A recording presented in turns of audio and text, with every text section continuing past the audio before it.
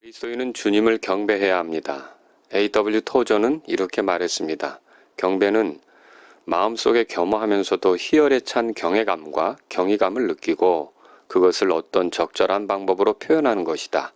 경배는 하나님의 존전에서 경외심과 찬탄과 사랑을 경험하는 것이다. 모든 그리스도인은 할 수만 있다면 하나님께 경배드리기 위해 매주 일요일 교회 모임에 적극 참석해야 합니다. 하나님께서는 우리에게 모이기를 힘쓰라고 명령하셨습니다. 그리스도인은 주님 앞으로 나아가는 것이 즐겁습니다. 마지못해 경배하지 않습니다.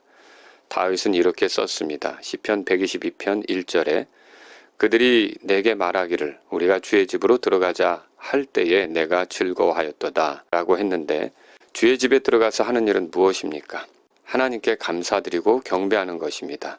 다윗은 하나님을 경배할 때 즐거워했다고 표현한 것입니다. 경배는 인간 삶의 최상의 목표입니다. 인간은 하나님을 경배하도록 창조되었죠. 죄는 하나님을 향한 경배를 불가능하게 만들었습니다. 그러나 예수 그리스도께서는 구원자로 오셔서 우리의 모든 죄에서 우리를 깨끗하게 하셨습니다. 자신의 피로 모든 죄를 용서받게 하셨고 하나님과 화해되게 하셨습니다. 그리하여 이제 예수님을 구원자로 믿는 사람들은 예수 그리스도를 통해 하나님을 경배하는 것이 가능합니다. 하나님을 경배하는 것은 이제 구원받은 자들의 특권입니다. 경배를 가볍게 여기는 것은 이 특권을 소홀히 다루는 것입니다. 그것은 마치 에서가 장자권을 소홀히 다루는 것과 같은 것이죠. 경배는 하나님을 향한 것입니다. 때때로 사람들의 재미와 기호를 위해 인간 중심으로 맞추는 경우가 있는데 이것을 가리켜 열린 예배라고 합니다. 열린 예배는 볼거리를 제공하죠. 음악 콘서트, 연극, 무도회, 심지어 어떤 교회는 레슬링 같은 것까지도 합니다. 사람들을 불러 모으기 위한 시도죠. 그것은 경배가 아닙니다. 쇼입니다. 경배는 하나님께 드리는 것입니다. 요한복음 4장 23절에서 24절에는 그러나 참되게 경배하는 자들이 영과 진리로 아버지께 경배할 때가 오나니 곧 지금이라. 이는 아버지께서 자기에게 그렇게 경배하는 자들을 찾으시기 때문이니라. 하나님은 영이시니 그분께 경배하는 자들이 반드시 영과 진리로 그분께 경배할지니라 하시니라. 경배의 이유는 하나님께서 경배받기에 합당하신 분이시기 때문입니다. 시편 99편 5절은 이렇게 기록되어 있습니다. 너희는 주 우리 하나님을 높이고 그분의 발받침 앞에서 경배하라. 그분은 거룩하시도다. 시편 96편 8절에서 9절은 이렇게 기록되어 있습니다. 주의 이름에 합당한 영광을 그분께 드릴지어다. 헌물을 가지고 그분의 뜰로 들어갈지어다. 오 거룩함의 아름다움으로 주께 경배할지어다. 온 땅이여 그분 앞에서 두려워할지어다. 이 구절들은 주께 경배하라고 말합니다. 그분이 경배 받으시기에 합당한 분이심을 소개하는 거죠. 요한계시록 5장 11절에서 14절은 이렇게 기록되어 있습니다.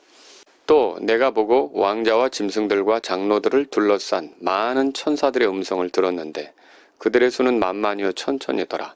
그들이 큰 음성으로 이르되 죽임을 당하신 어린 양께서 권능과 부와 지혜와 힘과 존귀와 영광과 찬송을 받기에 합당하시도다 하더라. 또 내가 들으니 하늘과 땅 위와 땅 아래에 있는 모든 창조물과 바다에 있는 것들과 그것들 안에 있는 모든 것들이 이르되 왕자에 앉으신 분과 어린 양께 찬송과 존귀와 영광과 권능이 영원 무궁토록 있으리로다 하더라. 이에 내 짐승이 이르되 아멘 하고 24 장로가 엎드려 영원 무궁토록 살아계시는 그분께 경배하더라. 지금 읽은 이 말씀에 의하면 우리 주 예수 그리스도 죽임당하신 어린 양은 경배받기에 합당하신 분이십니다.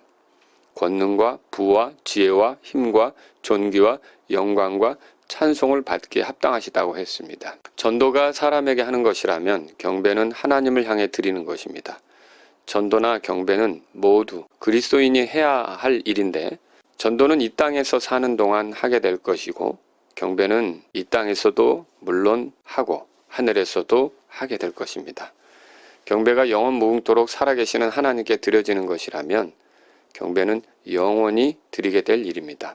하늘에서도 천년왕국 때도 새하늘과 새 땅, 새 예루살렘에서도 경배를 드리게 될 것입니다.